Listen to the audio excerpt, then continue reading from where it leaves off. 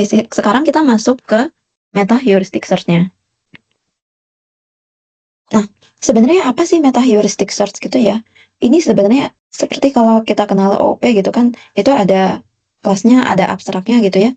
Algoritma genetika itu termasuk ke dalam meta heuristic search ini sendiri. Jadi di sini dia bilang higher level prosedur ya dari heuristic design di sini ya, untuk mencari, mengenerate ya solusi dari suatu problem gitu. Biasanya kalau di meta heuristic search itu bisa jadi problem yang sekali generate itu solusinya bisa banyak gitu ya, dan kita bisa memilih mana solusi yang paling optimal. Dan kalau untuk algoritma sendiri, yang tadi kromosomnya itu kan kita generate di awal ya, itu akan di generate secara random di sana. Jadi angkanya tidak kita tentukan seperti yang contoh di tadi, tapi itu adalah hasil. Nah, contohnya ini ya. Ini yang tadi dijelaskan ya, untuk mencari nilai minimum, yang ini minimas Y, berarti kita bisa mencari derivatif atau turunan pertamanya ya, di mana turunannya itu harus sama dengan 0 gitu ya. Terus ini kalau kita pakai random search, ya random search berarti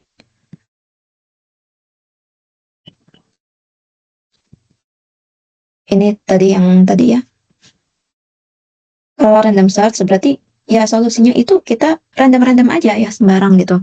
Sedangkan yang kita cari yang di bawah sini, yang di sini ya. Terus sekali random, itu kita hanya bisa merandom satu solusi.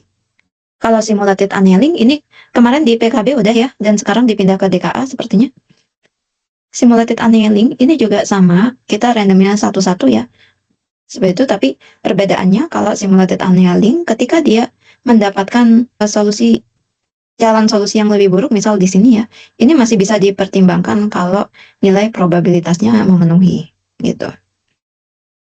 Nah, kalau genetik algorithm berarti sekali random kita bisa merandom banyak calon solusi ya. Dan yang hijau ini adalah solusi paling bagus pada generasi itu. Itu generasi 2 dan seterusnya ya. Nah, ini contoh tadi ya kasus yang TSP. Contohnya di sini kurir ya, kurir yang harus mengantarkan barang gitu ya. Nah, kurir itu kan biasanya misal untuk wilayah Bojongsoang, maka dia akan mengantar barang ya di sini aja gitu. Meskipun hanya di Bojongsoang berarti kan, tetapi untuk barang-barangnya kan banyak ya. Dan satu rumah itu harusnya hanya dikunjungi sekali gitu. Kecuali kalau dia memang punya 2 barang, terus kurirnya lupa gitu ya. Jadi dia harus bolak-balik. Nah, ini contohnya kalau kita lakukan berpikir secara manual gitu ya. Berarti di sini kalau manual, kita kan tidak menjalankan algoritma tertentu, maka proses learningnya adalah 0 gitu ya. Terus ketika barang-barang itu diantarkan, ternyata ketika dipikirkan ya, oh saya bisa memakan waktu 11 jam gitu. Dan ternyata ketika sudah di lapangan ya, diantarkan benar 11 jam. Sehingga waktu overtime-nya itu adalah 3 jam ya. Nah, terus yang kedua, kalau kita menggunakan algoritma Dijkstra. Dijkstra itu sendiri dia termasuk ke dalam algoritma searching yang deterministik ya. Jadi ini sepertinya akan yang paling optimal gitu ya. Tetapi memang running time-nya mungkin akan lama 2 jam gitu. Dan dia menghasilkan waktu rutenya adalah 7 jam sehingga totalnya di sini akan memakan waktu sebesar 9 jam. Dan di sini overtime-nya berkurang ya, tetapi masih ada overtime 1 jam. Nah, misal yang terakhir, kita akan menggunakan algoritma genetika ya. Waktu runningnya sebentar, di sini hanya 10 menit. Tetapi memang rute yang dihasilkan itu lebih lama daripada Dijkstra gitu. Ya, tetapi ketika dijumlahkan, ternyata untuk waktu yang dibutuhkan itu hanya 7,5 jam, sehingga di sini tidak ada overtime. Ya. Jadi itu adalah sifat dari algoritma genetika, mungkin tidak memberikan hasil yang paling bagus, tetapi secara keseluruhan dia mendekati yang paling bagus ya, dan running time-nya mungkin akan lebih cepat daripada algoritma deterministik kalau node-nya itu sudah lebih banyak. Nah, ini adalah algoritma searching ya, atau di sini lebih difokuskan ke algoritma optimasi. Yang pertama di sini ada state space search, ini yang biasanya menggunakan tree ya, entah itu BFS, DFS, dan lain-lain. Terus ini yang ada di SA, ada dynamic programming, dan branch and bound ini masuk ke deterministik. Kenapa? Karena di sana tidak ada unsur random ya, dan tidak ada unsur probabilistik, sehingga berapa kali pun kita running programnya, itu hasilnya akan selalu sama. Nah, yang kedua ini yang masuk ke dalam probabilistik. Di sini ada unsur random dan ada probabilitasnya ya. Yang pertama muncul adalah Monte Carlo algorithm di sini. Terus ada simulated annealing yang sudah di PKB ya, dan lain-lainnya. Terus ada yang masuk ke evolutionary computation ya. Ini yang algoritma optimasi yang mencontoh entah itu dari evolusi makhluk hidup atau dari tingkah laku makhluk hidup sendiri ya. Contohnya di sini yang tingkah laku itu ada swarm intelligence gitu. Terus artificial life, yang di swarm intelligence ini yang lebih populer ya. Ada PSO, ada N-colony, ada artificial bee colony gitu. Nah, yang algoritma genetika kita akan pelajari itu yang masuk ke kelompok ini. Evolutionary algorithm ya. Ada di sini.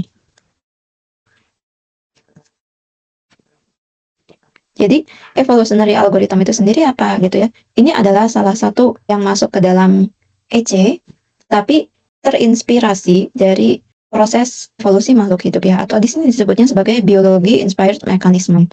Yang masuk ke ini apa aja? Ada mutasi, crossover gitu ya, seleksi makhluk hidup, atau di sini disebut dengan natural selection, terus survival of the fittest gitu ya. Nah, ini sendiri nanti ada banyak ya jenisnya, dari algoritma genetika, ES, EP, GP, DE, dan GE.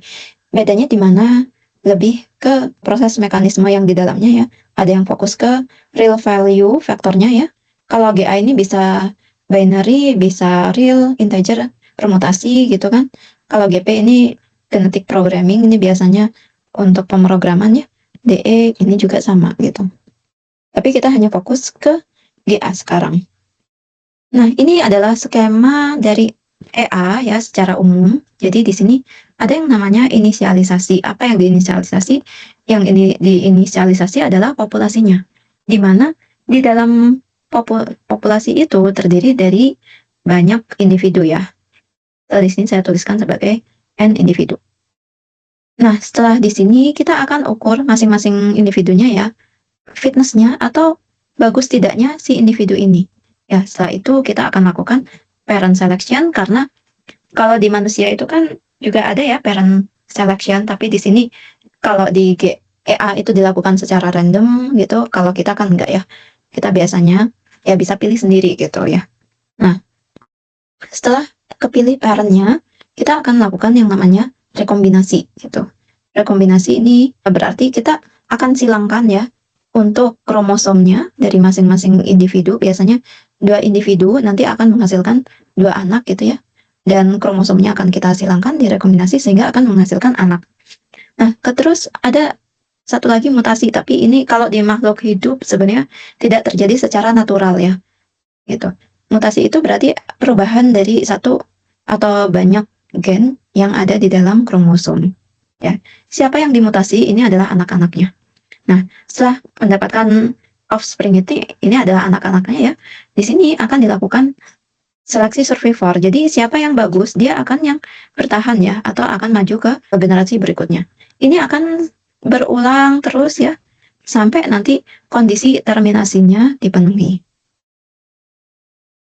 Ini yang sering menggunakan dari EC ya. Jadi ada scheduling, dulu kita pernah menggunakan ini ya. Jadi kalau sekarang untuk course scheduling ini kan teman-teman sudah lihat di Igracia sudah muncul jadwalnya siapa, dosennya siapa ya, tetapi ini akan dilakukan oleh sistem gitu. Salah satunya kita bisa menggunakan algoritma genetika ya.